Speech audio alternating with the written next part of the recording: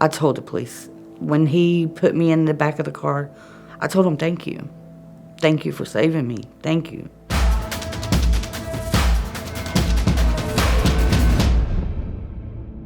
Addiction started for me when I was 13, and then that's really kind of what led to the trafficking. And I met a guy, and he introduced me to meth again. You know, sex and drugs go together a lot of the time. So he started prostituting me out, and so he could get more drugs, and I just was held captive by, you know, I literally was for a little bit, but then really what kept me held captive more than anything was shame.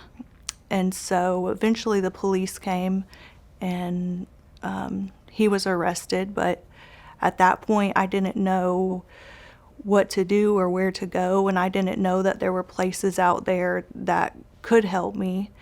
And I was homeless. I became homeless. I finally got to where I was just like, you know what, maybe I'll, you know, steal some food, because who cares if I go to jail? I started going into Walmart and just not even trying to hide. I mean, basically just doing it in front of the camera, like, not even trying to hide it. Because I think I think at that point I wanted to go to jail.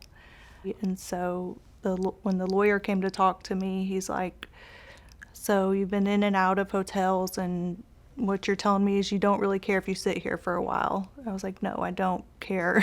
This would be great if I could stay here for a little while. So I was in jail, and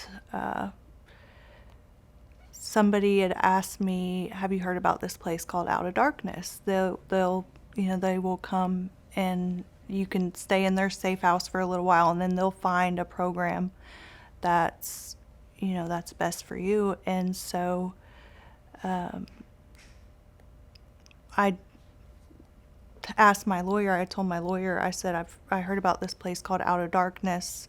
It was really, him telling the judge and her giving me the opportunity to do that really changed the whole trajectory of my life. I had been saying for 2 years, if I could go to jail, they would see that something was wrong. If I could get caught and get the attention of somebody, they won't listen to me. I've been trying to call, the little hotlines, the shelters, or one of the shelters was like, you have to have an income. Well, I wouldn't need a shelter if I had an income. You know what I mean? Like, come on now. And so I was in the psychotic episode. Obviously, I didn't know until I got out of it. So I kind of freaked out. And I ended up, committing a pretty large assault charge, and got arrested. And when I did, it was the best thing that could have happened to me, because I believe if I had not gone to jail, I would have died shortly after, by my own hands. And that's when everything changed.